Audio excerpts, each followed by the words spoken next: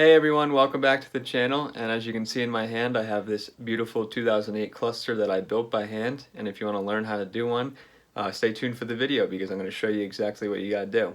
Full disclaimer, this video is a little rough around the edges. It did take me a really long time, a lot of clips to film. Some of them I had to do it at night, so I had to talk with a soft voice, but just bear with it. I'm going to narrate along the way, and let's get started. So if you've been watching the channel recently, you know I posted a video about Chris Valentine's cluster boards. If you didn't, go check that out first so you know what the deal is here and what we're going to be doing here. But this is going to be more or less a tutorial walkthrough on how to build a cluster from basically zero to a full built cluster. So if you've been wanting to do one or you do want to do one, there's not really any more guessing or things like that. I'm going to kind of show you how to do it, at least the way that I'm going to do mine. There's a couple of different ways to do it, but I think if you watch this video, you should get the gist of what you want to do. And then if you want to do something cool or different, you can kind of go out there and do your own thing or whatever. I think this video will be a good starter in the right direction for whatever you're doing. And now with that said, this isn't going to be me soldering every single resistor. I'm not going to do that. That's just boring and a waste of time. I'm going to tell you what to do rather, and then I'm going to kind of show the results as I go along, but it's not going to be a full time lapse of me building a cluster because that's just kind of a waste of time. That's going to take forever and that sort of thing, but there will be enough detail for you to know what to do, so I'm not going to leave you hanging. Okay, square one here is to disassemble your gauge cluster, both the new one and the old one. We'll start off here with this old one. What I'm going to do first, I'm going to flip it around. Start off with the easy part. You can see there's these torque spits bolts here, which is this T15, and you just go one by one around and remove those,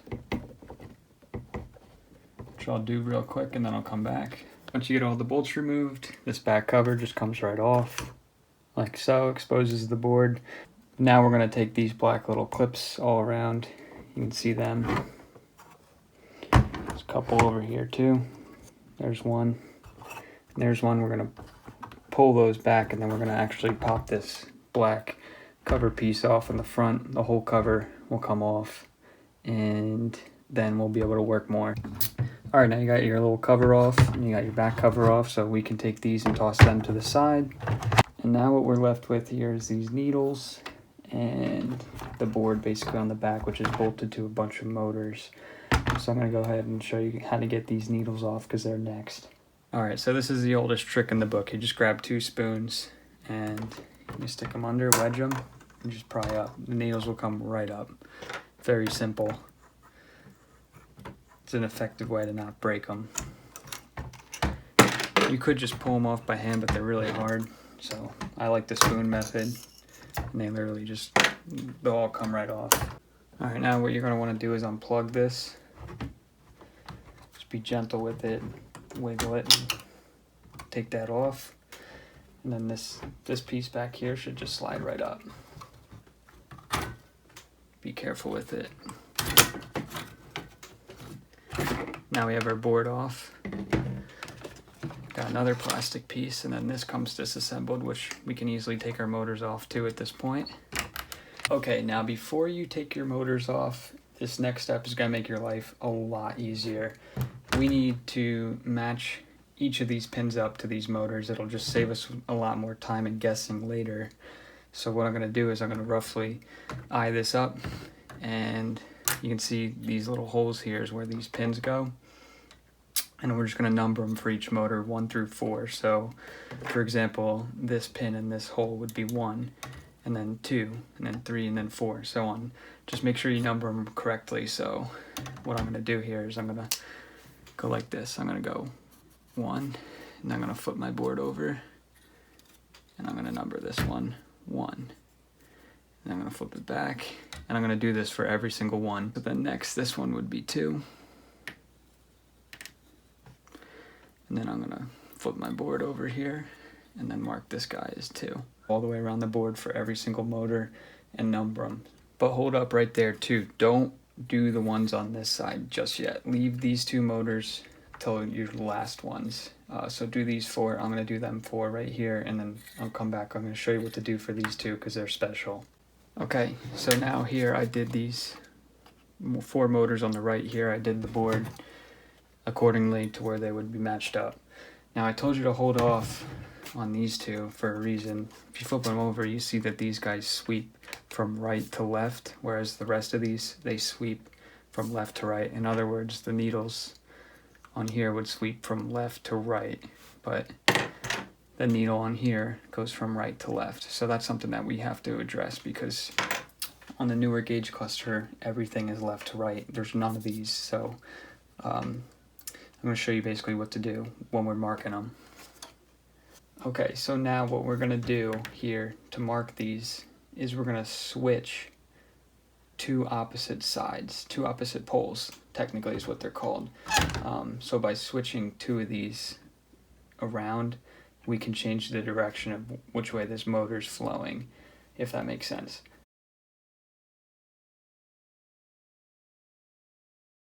Because if you switch all 4, it's still going to go the same way. So you can't switch these 2 and these 2. You only got to switch one of them. So the way I've been numbering them, I've been going 1, 2, 3, 4. I'm going to go 3, 2, 1, and then 4. So that keeps 2 and 4 in the same spot, and then if you're following, 3 and 1 have been reversed, and then I'm going to keep the board the same way it just was. So I'm going to keep the board now in line, and I'm going to go around, but I'm going to stick with 1, 2, 3, 4, so that basically we're switching the wire accordingly. So we're going to reverse the current, because now instead of this one going here, it's really going over here, which is exactly what we want. So I'm going to flip it over, and I'm just going to keep going. 1, 2, 3, and then 4. And that's going to be the same thing for this other guy down here. This one I'm going to go 3, 2, 1, and then 4. And it's the same thing. We just switch 2 of these poles, and it'll work right. It'll go in the right direction. Okay, so now we have all of our numbering done, but last but not least, we have to do this now, is to label each of which these motors are. So, for example, we got to label the fuel one as the fuel so we don't get this mixed up. So I'm just going to write fuel on the back, and then this one's high pressure oil. I'm just going to write oil, and you get the point here. This bottom one is coolant, trans, and now you got them all labeled. You can pull the motors off, and you can pull this display off as well. That's the complete disassembly of the older cluster. Alright, now the 08 cluster is a lot easier to take apart because we don't have to label things. So basically this top cover just clips all around and it pops up. You see those clips, very easy. And then you do the same thing with the spoons. Grab the spoons and take the needles off, save the needles, and you have these little inserts. You have these 2 little black inserts that go in there. Save them too. They just turn counterclockwise and they'll come out. And then you can take your film off, and take that off, like so. And then if you flip the cluster around, there's just more clips all around the outside. So you undo those clips, this back piece comes off, the board comes out, it wedges into these little clips, so the clips on this side, snugs down in there, and then that's basically it. You need to save this part, and these, the needles, and this top screen, and pretty much everything else like this and this piece, you can junk them, you don't need them. Okay, so this is the piece that you're going to want to save. This is going to be the piece that we're doing most of the work on and most of the building of. So get this piece out and I'll basically progress from here. Alright, so first thing I'm going to do here is I'm going to preload this board with LEDs and resistors. So that's done. I don't have to do that later. If you look closely at these boards, you follow the traces in here, all these lights are in parallel. So basically, they all branch from one positive, and then they branch into a bunch of different ones, and they all come from one negative and branch and then hook up. You don't know what series or parallel are, I suggest you look that up. But these are all in parallel, this whole circuit for all the illumination lights at least.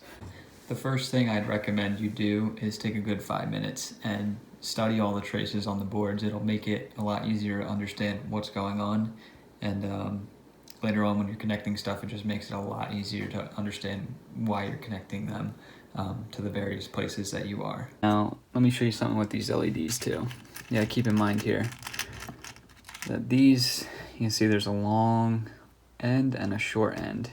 I don't know, let me get my camera to focus here. Maybe I'll put it up over here. You see there's a long end and then a short end. And then on one of them it has a blunt side that's flat. Those are indicators for your positive or your negative. So when you solder them in here, you gotta pay attention to that. On these LEDs, the positive side has the longer leg. And if you look here, I don't think my camera's ever gonna be able to focus on this. Yeah, you can kind of see it. There's a blunt end over here, that's the negative. Double check these before you solder them, because once you snip them, you can't tell by the legs anymore. The only way you'll be able to tell which way is by that blunt side in the face of the actual green part. You can see it right there. There you go. Finally focused. See the blunt part? It's on the short leg, so that's the negative once again. Can't overstate this enough so that you guys don't mess this up, because it's going to be a real pain in the butt to desolder all these if you mess them all up. So just keep track. Put them in the slots the right way. You see on the back here.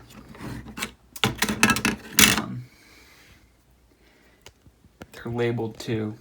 You see D out and D in. So D out is our positive, D in is our negative. So we stick that right through here, like so. Oh, of course it just fell out. So you got your LED in here. There you go. You flip it around. When you go to solder them, you can bend the legs.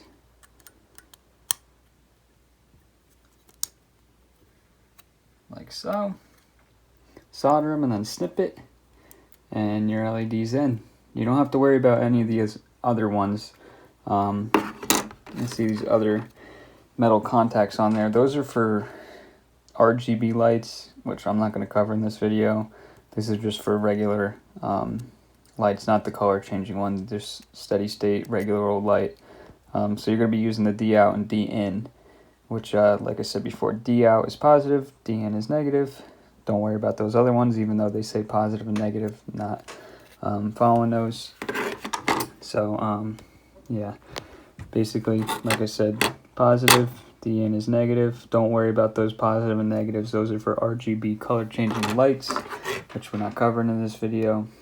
And basically now I'm just going to go around. I'm going to get all my LEDs soldered in, and I'm going to check back in. And then we're going to do the resistors. I'm going to check back in again.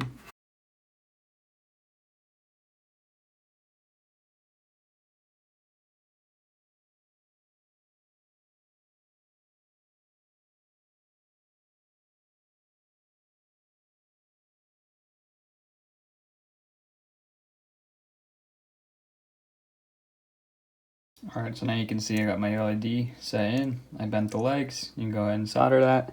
It's again making sure that that longer leg is on the D out, since that's our positive. D in is negative, and you can tell by that blunt face on the side. It's got the little carving, flat side on it. That's it. Okay, got all my LEDs in, and I need to teach you something here real quick.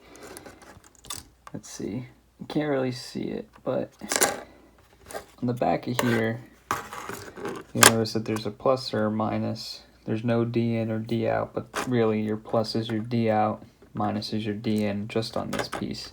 And also you'll see on the back of here where it would hook up over here, you only got a plus or a minus, and there's no D in or D out, but same thing. Plus is your D out and minus is your D in. So still wants to flow in one way, but now that there's no label here that says D in or D out, there's a diode symbol, which you can actually see it right here. See that little triangle and then the line? The triangle facing the line side is your negative, and the base of the triangle is your positive. So when you go to place that in, you want positive on this side, and you want the negative to the right.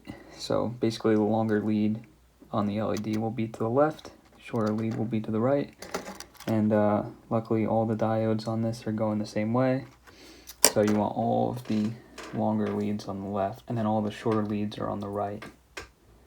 So once you get those LEDs in, make sure it fits, and you'll notice that we're forgetting a couple of LEDs. We got to get the LEDs for the needle lights, which you pull this back up. See that we missed this contact here, which I'm going to do red for this. It's sort of the same thing. You're going to basically put the long lead on the positive side of the diode symbol. You can see that right there. You can put the negative, which would be the smaller lead, there. We're just going to go around and we're going to do that. And I'm going to show you how to make some clearance for them so that they fit in there nice and snug. Okay, so unlike last time, don't fold those over just yet. You want to take this LED, see when you put it down here in the slot, what good is it doing if it's just sitting straight down? We want this LED to be facing in towards the center where the needle is. You can see there's that little groove there. So we want to take this LED, we want to bend it in with our fingers. If you need more, then so be it. Do a little bit more. And then you're just going to play with it and line it up until it's just right. And it's shining where you want. You might have to play with this a little bit once you get your motors in, but you get the gist of it. You want it to shine in there and go down into that needle. Now for these other ones, you can see we got a spot right here. There's 1, 2, 3, 4. This other one's got one as well. But you can see that this one, for example, there's no groove here. So what I'm going to do is I'm going to take these little cutters here. I'm going to cut my own groove. Just nice and easy. Cut it, or what you can do, if you don't want to cut this like this, you can also take a drill bit here.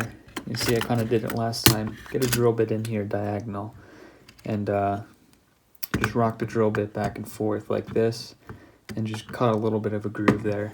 But I'm just going to snip this off, and then I'm probably going to either grind it flush with like a Dremel or something, and then that way we can get our LED to sit in there flush. So now what I'm going to do is I'm going to go ahead and do all of them. I'm going to show you the final product for what mine looks like with these red LEDs set in.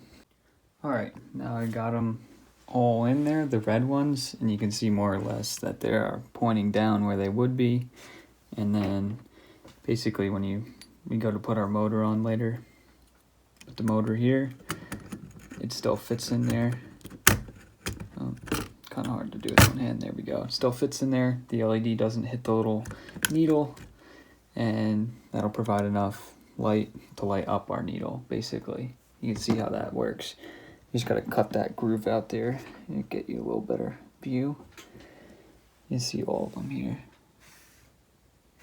And that's going to work just fine here to shine us some LED down in there so that we can see our needles at night. Alright, so now what I'm going to do here is I'm satisfied with the way these LEDs are sitting. So I'm just going to solder them all, and then we're going to snip the ends off just to clear this mess up a little bit and make it a little easier to work with. And then we're going to go ahead and we're going to move on to the other LEDs up here, and then we're going to do some resistors as well. So here is my soldering setup here. You can see just have a basic regular old soldering iron, nothing special. And I got my little magnifying glass. I got a little sponge here, and that's pretty much it. That's all I use for soldering. Pretty simple setup you can get on Amazon. Put the link down below. This is what I use for my solder here. Tin lead rosin core. If you haven't soldered, here's a little tutorial. I just kind of get the lead warm. Then you can just burn your solder right on. I'm just going to go around and just do it to every single one. And then I will come back and show you how I'm doing. Okay, so now you can see that I got it all soldered. And basically now what I'm going to do here is I'm going to snip the ends with my little snips, little wire cutters here. Go really easy. This is really hard to do with one hand once again. Let me go over here. Just snip them.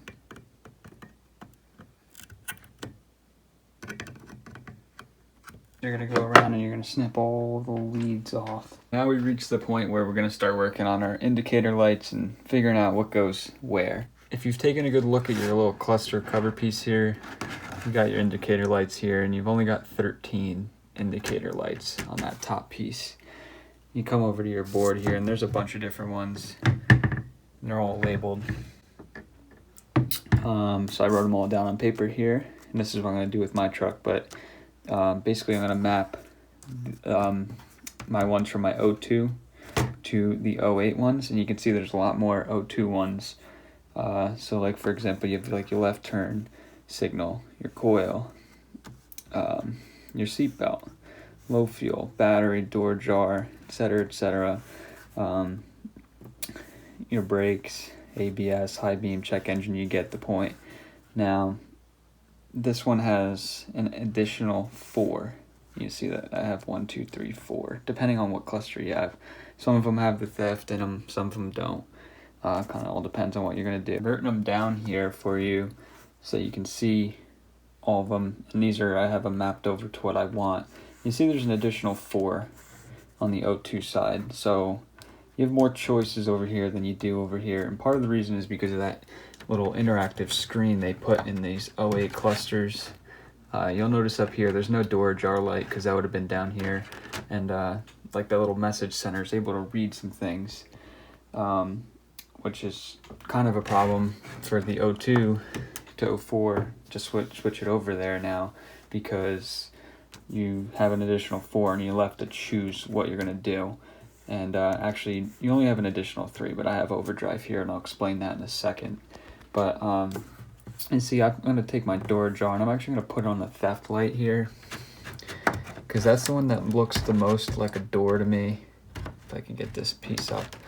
See that little lock? It's going through the side of the car there. That, to me, is close enough to a door, so I know that if that goes off, my door jar light's on. I'm just going to get rid of my theft light for now, unless I think of something else. But so I'm going to use my door jar light and put it in place of the 08 theft, where it would be. And then you can see all these are kind of direct matchups. Once again, I'll take my low fuel. That would be the check gauge light on the 08, I believe. It'd be this one with the exclamation point, or maybe that's like a tire pressure one. But I'm going to make that light low fuel because the exclamation point means, hey, you're about to run out of fuel, so you better go fill up. And then, for example, what else do I have? Everything else is a pretty much straight matchup here on the top. And then on the bottom here, you see this low fluid one that's labeled in the bottom right, which is this this square rather, right here. Now, you can basically pick whatever one you want to put there, because it's just, once again, it's a square.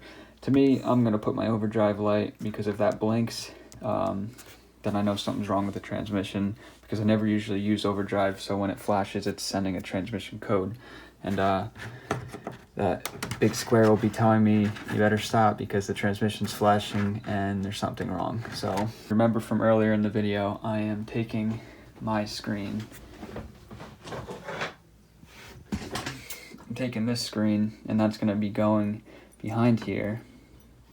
And I'm going to be taking my odometer, and that's going to be going over here. So I'm going to lose my tow haul button down there. So No tow haul button. I'm going to be cutting that part out for this to be sitting down there so I can see how many miles are on the truck. So I'm going to move that button, tow haul overdrive, to the low fluid, because once again it's a square, and if you think about a video recorder, a square means stop. So if that transmission sends a code, it's going to blink and then I will know to stop. Once again, I'm getting rid of my theft. Check gauge, kind of, I think that's a pointless one, but if I come up with maybe another solution, maybe I'll put that one in. Change oil, that would be like your air filter one, if you've ever seen that little one come up. If you need to push that button on your air filter, where it resets that little vacuum tube thing, I'll show a picture of it. And then water and fuel, that's a useful one, but once again, we're running out of room here, so it's all up to what you want to do and what kind of color LED you want to do. But this is the way I'm going to do it. I'm going to basically map them here. If you want to copy what I do here, feel free by all means. Most likely you probably won't be doing the overdrive like I am. So you left with these other 4 that you can pick. And while I'm doing this here, I'm thinking also for you people who are not in New Jersey, and you need to think about what lights you need to have for inspection if you have to pass an inspection. Here in New Jersey, all diesel trucks are self-inspected. So basically, we don't need to go to an inspection center and get the truck inspected. So if we're missing a light, then that's kind of on us. But if you're in another state where they check, obviously, like, you need your safety equipment, so you need like your seatbelt and your airbag light. That needs to be working, so definitely don't not include them. I would get rid of one of the other non-important ones in place of that, but I'll leave that decision up to you, and you can kind of do whatever you want. Alright, so I just had some quick thinking, and I decided I'm going to change my mind here. I'm going to make the overdrive light now. That's going to be the 3rd light, because on a 7.3, there's no 3rd gear, and I'm going to make this an orange LED, which is going to be different from all my others. You can see I put the orange down there. And that's going to be my overdrive, because if I click in the overdrive, it's just, these are all related to the transmission, what gear you're in. And I figure that's a good, decent spot for it. Also, if that's flashing, I'll still remember that that is a problem with the transmission. And now what I'm going to do is I'm actually going to go back, and I'm going to make this my theft again. And I'm going to keep, make this my door ajar, I think. And I'm going to switch those two, because these other ones don't really matter. I mean, water and fuel, 7.3, even if there's water and fuel, it'll probably still run. I mean, don't put water in the truck, but they tend to run no matter what. Change oil, the air filter. I mean, I'm probably going to end up going with the cold air intake, so I don't even think that's going to be a thing anymore. And then the check gauge. I mean, if you need to check the gauge, I don't know if you ever had that light come on, but the gauge won't work anymore. So you'll know that you should be checking the gauge if it's not coming on. So those 3 are just all kind of pointless to me. So I guess I'd rather just have the theft light in the original spot, and then I guess I'll just make this my door ajar. Alright, so next up, while we're soldering LEDs, we're going to finish this up. I'm going to put our gear indicator lights in here, and I'm going to do red, so it's going to be park, reverse, neutral, drive, 2nd, and 1st. Alright, so once you get your LEDs placed in here, I'm going to recommend to you not to solder those red ones just yet. Leave them, and go ahead and place your board in here. And the reason is because we don't want to solder those, because since we're sticking 2 LEDs in here, it's pretty close fitment, so it doesn't really like to go in there very easily. We want as much play that we can get out of this LED before we go ahead and solder it in place. We want it to be in there snug and be able to get it in the first time, and then we can go ahead and solder it once it's in place, because then every time after that, getting it in and out of that slot will be a breeze. So alright, so now once you get it placed in there, you can flip this thing around here. You can see that both the LEDs are going to be in there. So now you can go ahead and solder it, because they're in place exactly where they need to be, and it'll be smooth sailing from there. Now look at that, with this thing flipped over, we're starting to look like we're in business here. Got all of our lights in now, for the most part. You got your cruise and tow haul button if you're doing that one. You got both your four-wheel drive ones, and that's pretty much it. This is starting to look better and better as we keep going, so let's just keep pushing forward. Now that we have our LEDs soldered in, it's time to get to the resistors now. And I started typing up this chart here. This one chart so far is for at least having the green backlighting. Depending on what color you're gonna do, I'm gonna get Chris to give me those other values, and I'm just gonna make a big chart for the whole thing. So that basically, regardless of the color you are doing, you know what resistance you got to use. So this chart will be available on the screen at some point, and this will be in the description with a link so that you can view it as well. But you can see basically for whatever lighting you're doing, here's all the resistors that would correspond to it. So these are the various values that Chris has worked out that work really well. You'll see online too here, there's like a lot of these calculators out here that do LED and resistor calculator, and I just typed in this random one, and you can see the resistance values here, and these are really low. These are like the ideal values to have like a maximum brightness without burning out the LED, which is not what we want. This is what I did the first time, and the board came on way too bright. Those are too low. You can kind of see that these values are way up there. Like this one's 43,000, this one's 5.1 thousand. That's still a lot more than 680. So I know that we have like the dimmer on the trucks, but these values are too low. The brightness of the cluster was just too much. So definitely follow what he's got worked out here. He's obviously tested these.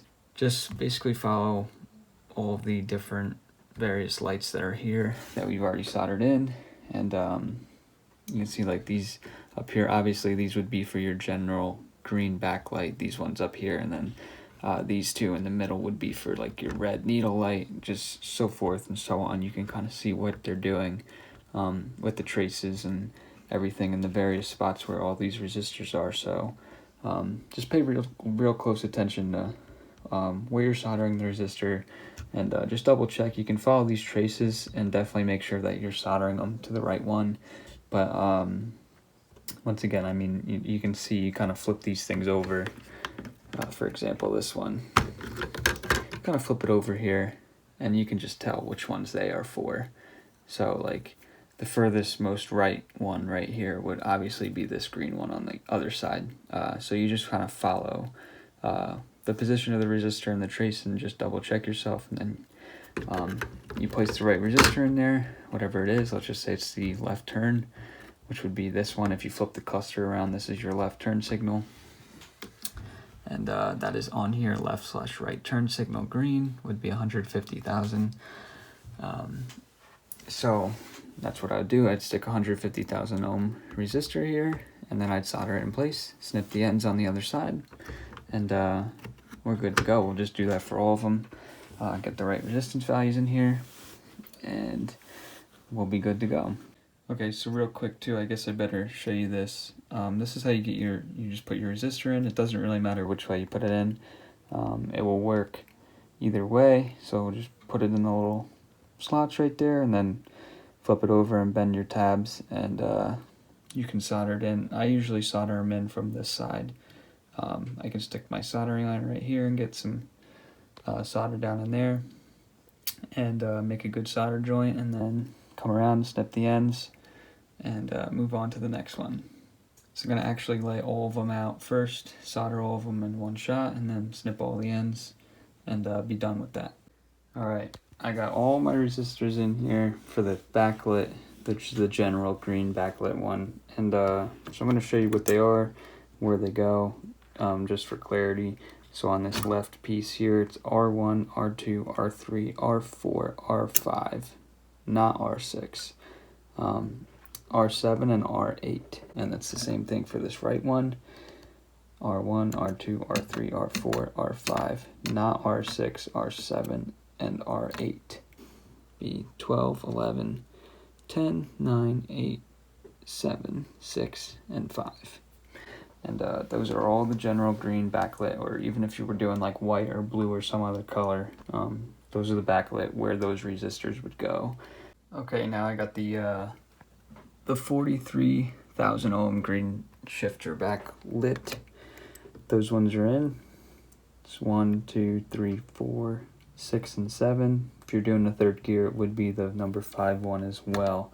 But these are all the 43,000 ohm for those green back shift lights there. I'm just going to do all the resistors now. I'm going to solder everything at the end so that it's easier that way for me. So just lay everything out where it goes and then solder it. Alright guys, making good progress here. Got all my resistors soldered in. I trimmed off all the opposite side, so they are good to go. Okay, from here we can go ahead and start mounting our motors, which would be the next step. So what I'm going to do is I'm going to take the corresponding motor, for example my oil pressure, and I'm going to put them in the right spot.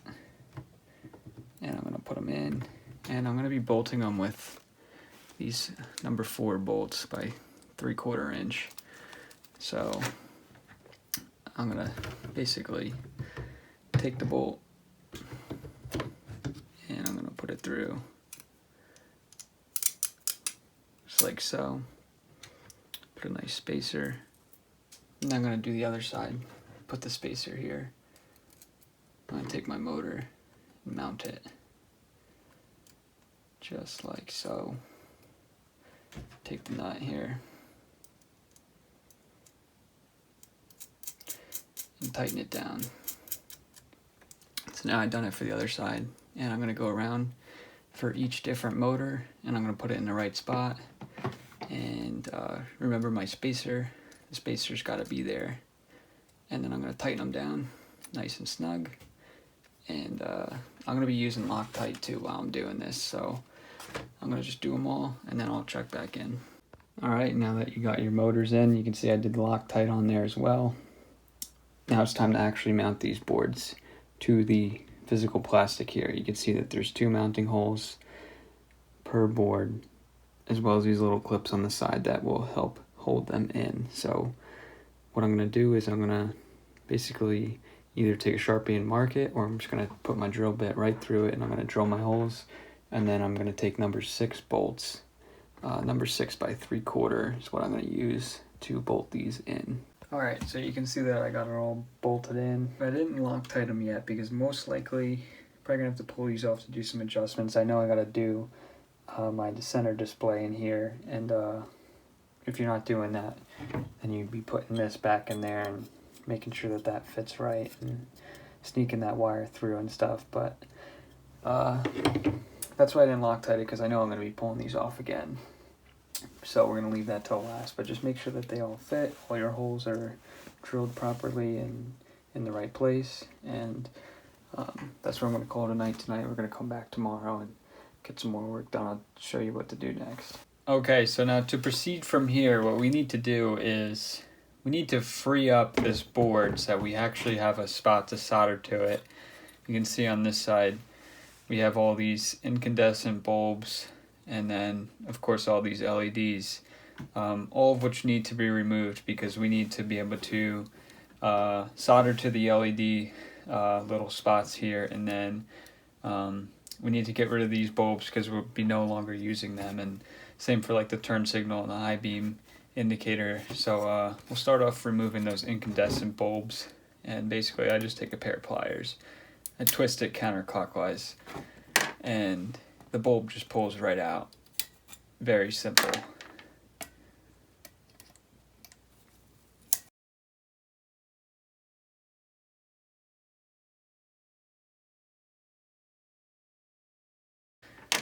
And now we can flip this over with all these bulbs out, and we can start to desolder these LEDs, because we're going to want to be able to solder our wires right to this.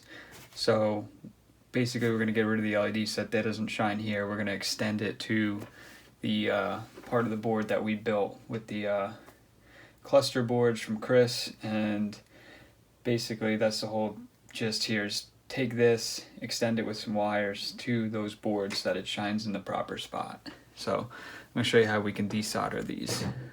Alright, so there's a couple different ways to desolder these. The first would be this manual desolder pump, which you click down with your finger, and you'd actually be using a soldering iron. So you'd put the hot soldering iron on there, and then you would heat it up and then get your desolder pump and then press the button. And that's one way of doing it. This is a little bit more difficult than just having a desoldering iron, because this itself will get hot and then all you got to do is press the button. So I highly recommend one of these. It's a way superior way to do this. So basically I'm going to show you what to do here. Alright, so once you're ready to be doing this, you'll see all these LEDs. These would be all your indicator lights, and like I said, they all have to come off.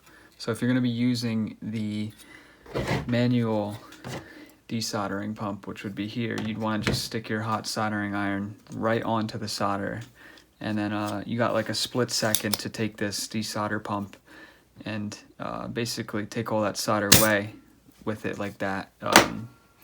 So that way is a little bit more, requires patience and skill to do, whereas if you have one of these, once it's warmed up, it's very simple. You just basically stick the hot soldering end on here until you see that it melts, and then once it does, you hit the trigger and it's good to go. It sucks all the solder right out of the way. Okay, just like this. Boom. There's one side. Move over to the other.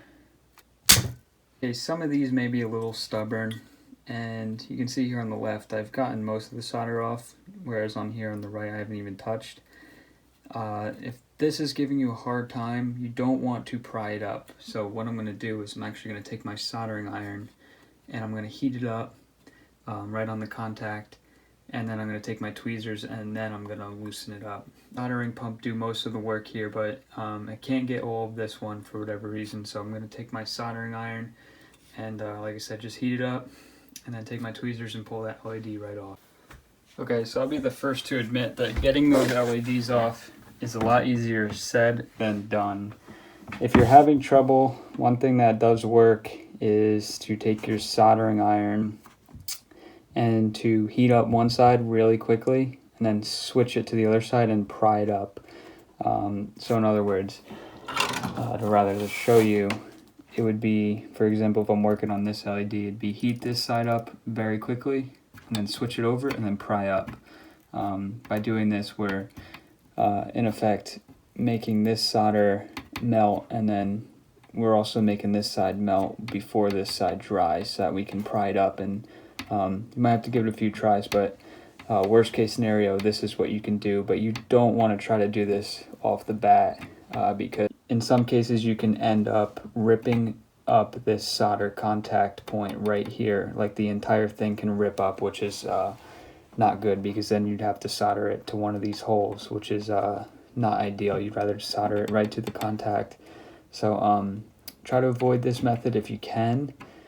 If it comes down to it and you need to, for this one I found that a couple of them were so stubborn that I had to do this technique, then by all means do it. But try the desoldering pumps first, and try to get as much solder off there so that you can just literally lift the LED right off. And then now we basically have a clear board to solder to, which is looking good. Okay, so now we're at the point where you'd probably want to mount your odometer. So basically you want to take your odometer and we're gonna have to extend the wires, which in this case, obviously you watched this video up to this point, you know I'm not putting the odometer in here, but just to tell you real quick what to do, these wires have to be extended, which I'm going to do that later in the video because I will have to extend these wires regardless. So I'll show you that. But once you extend the wires, you want to feed them down through this little rectangle, and then more or less they'll go down through there, and this will sit perfectly like this, and you can bolt one hole up right there and then the other one in the top right corner to these two holes. And then you can go ahead and set it down with your wires extended, basically to go. So just keep in mind when the board's on here, it'll be sitting like this.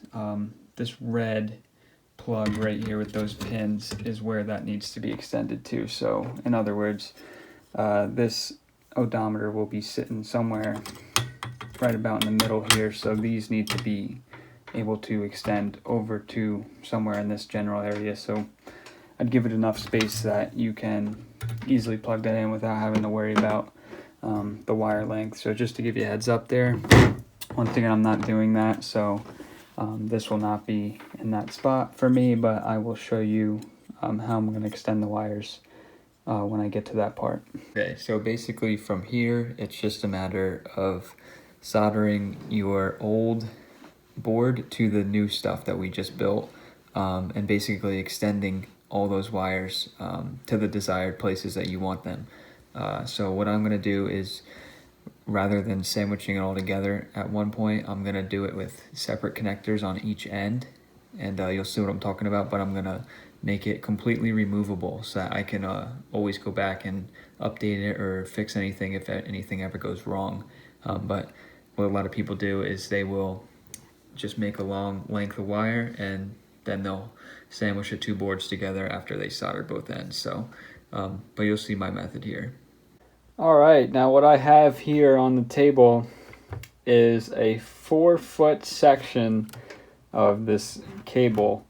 Now, the reason I ordered this, I got this off a website, showmecables.com, which also have this product linked, is because there's a bunch of different colored wires in here, which is going to help us keep track when we go to write down what wire does what, so that everything's labeled properly. And if you go anywhere on the internet, to find these striped wires is very difficult by the foot, including like a big assortment like this. I researched this for a while.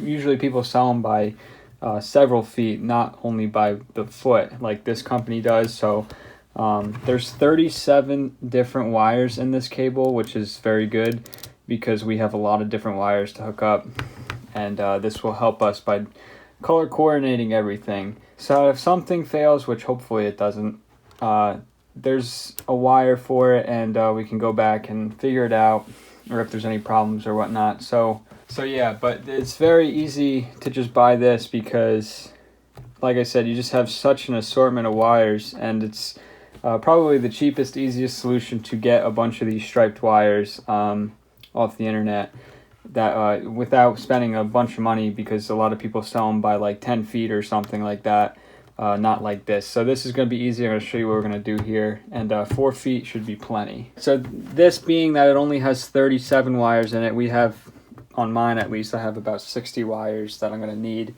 I'm going to have to use a couple of these striped wires twice and have 2 labels for them, but I'm going to try to distinguish those by separating them completely. Like if it's a motor wire or if it's an indicator wire, those could be repeated colors, if that makes sense, because I will know the difference.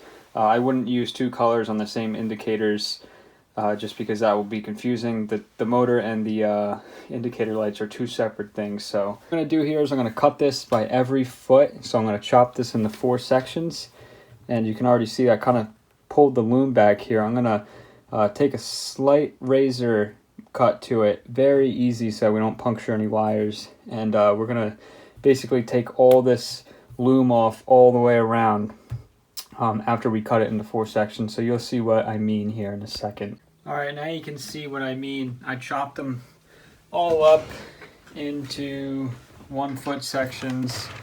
There's 37 wires per stack. So this is going to really help us because we can color coordinate these basically, so that each one has a different function, and we can write it down just in case this ever has to be taken apart again. Every wire is labeled. It takes a little bit longer to do it this way, but then if anything goes wrong, then you're sure to be able to know what it is. So yeah, so basically some of the wires are going to be on the female side of the plug, and some of them are going to be on the male side of the plug. which is why we chopped it into 4 different sections, because we're going to use a male and a female for the motors, and then we're going to use a male and a female section for the indicator lights. So basically we only have 37 wires, like I said, so we want to be able to distinguish those wires properly. We're going to split them up between the motors and the indicator lights. That the repeat ones we can easily know by just looking where they go. So this will make our life a lot easier. Now let me show you what I'm using for plugs.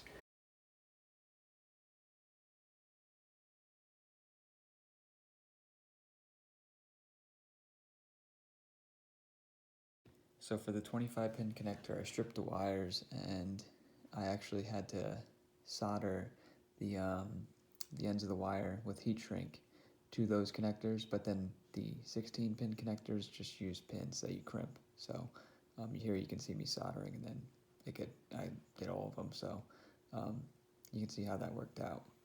Came out really good.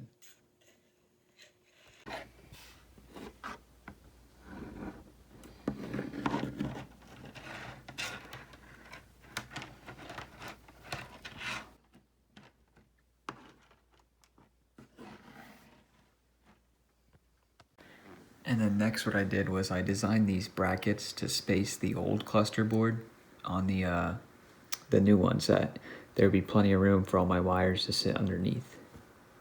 And then next for the display part, I designed a bracket, as you can see here, and it actually fit really well.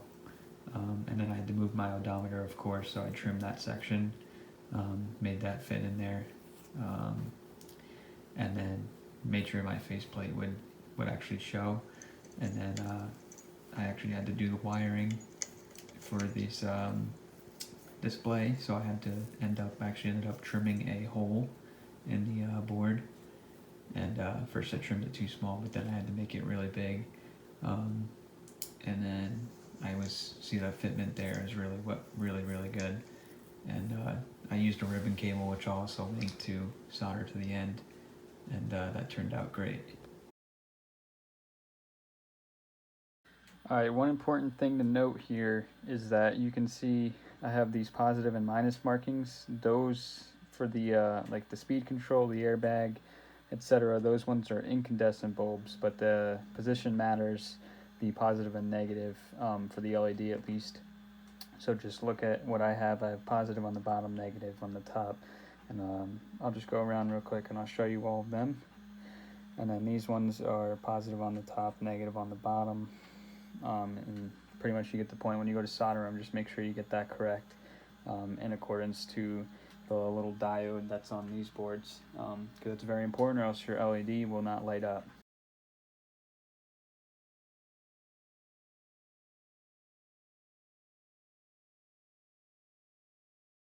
Alright, so here's where I'm at. You can see I'm soldering all my wires, and I wrote down basically what they do.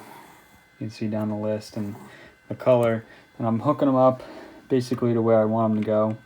And I'm just basically putting them in place and soldering them. And on the back side, let me flip this over. You can see right there, I basically just laid this flat, laid my wires down and solder them right to the pads. And you just want to make sure that you don't cross over other pads when you're doing it. So you want to leave enough room. And then that's pretty much it. Once we get all of them, there's going to be a lot of wires, but definitely leave some length so you can route them where you want them to go, and that sort of thing. So this is looking good, and I'm just going to keep going. I got a lot more wires to go, so I'm just going to keep going.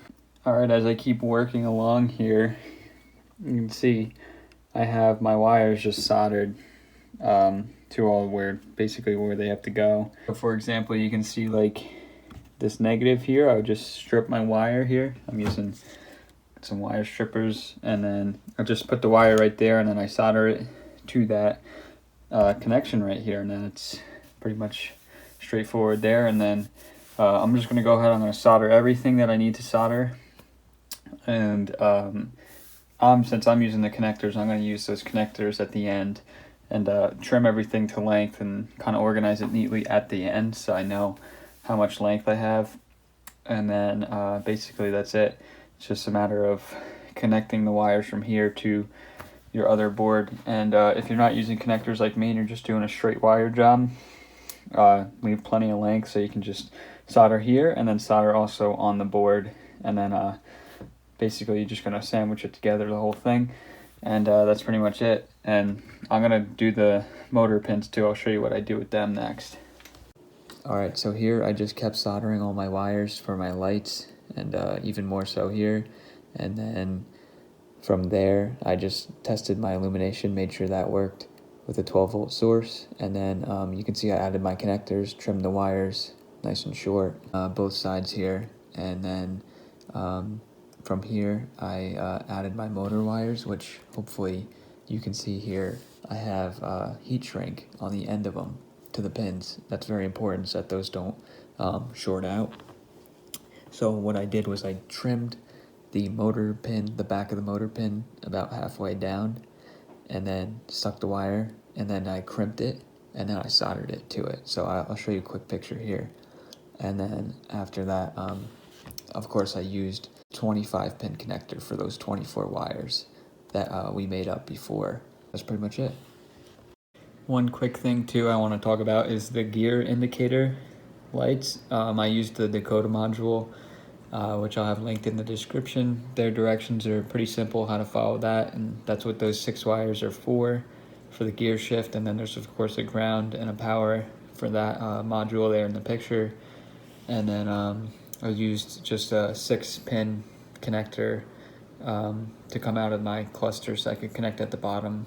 And then also, while we're talking about connectors, I got one connector for my overdrive light up in there in the cluster, and you can do just a straight wire to the one that comes off your column. I believe it's a white and green one.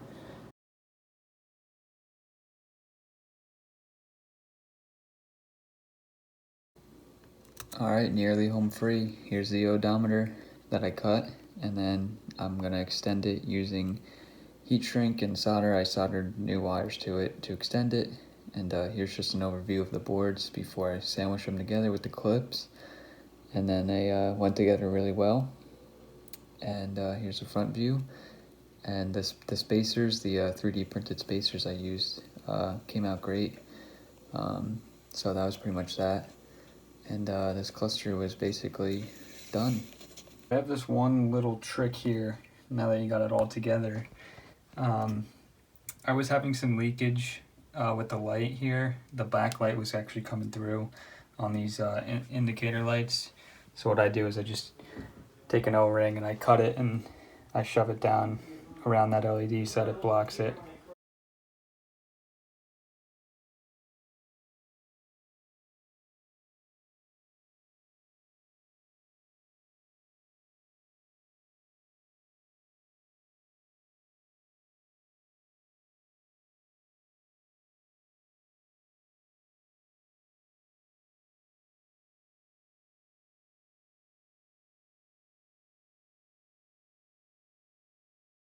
All right, so now that you have your cluster in the truck, it's time to install it.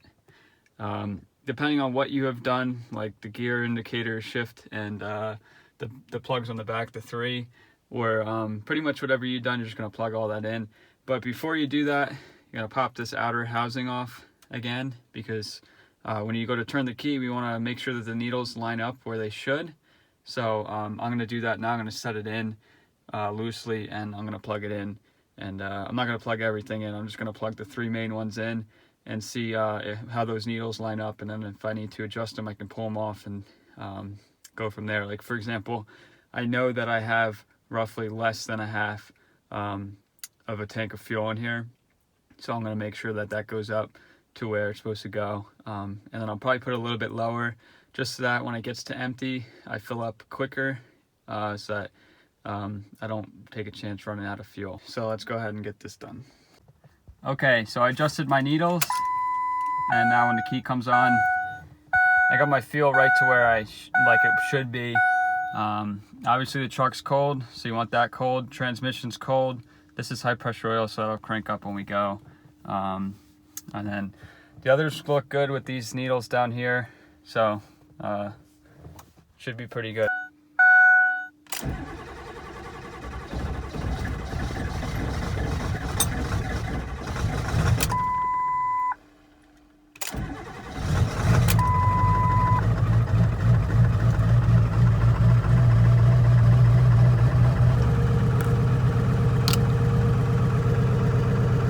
I had to adjust this one by hand. We know that it idles right about here.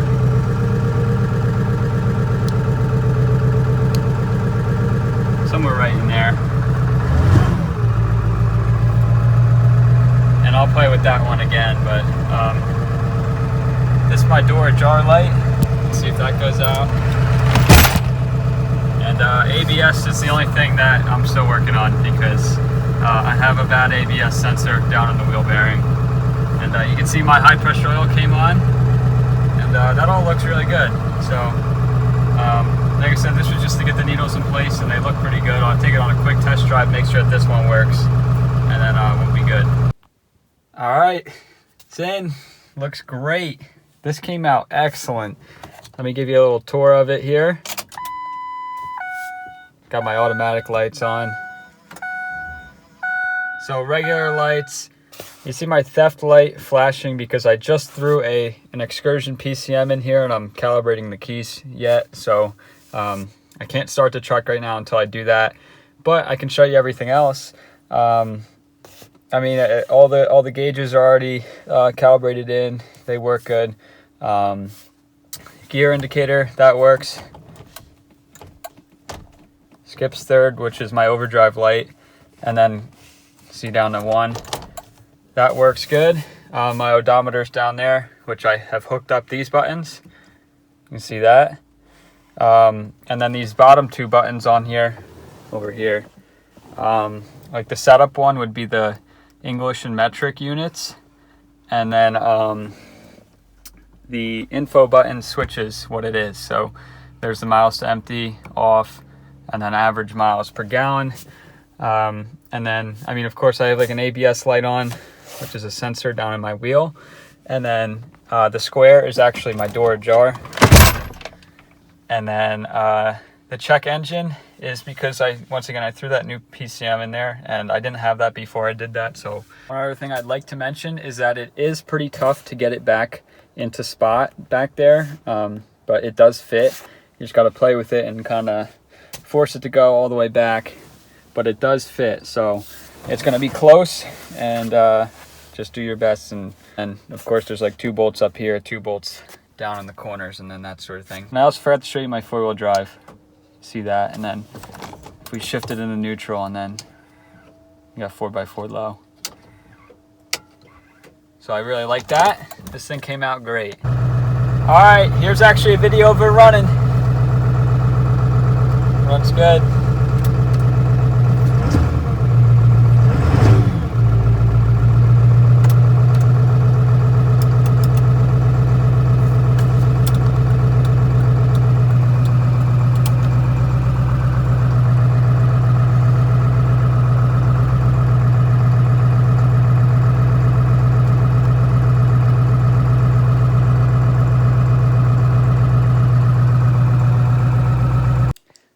Thanks for sticking with me for the past hour or so watching this video. If you made it this far, big thank you to you for watching the video. Hopefully now you know how to build a cluster. This was a huge video for me to make. I mean, it took me many hours to make this video, so definitely appreciate all your support and watching the whole thing. Hope you guys enjoyed. If you're new here, definitely hit that subscribe button. And thanks for watching this hour-long video.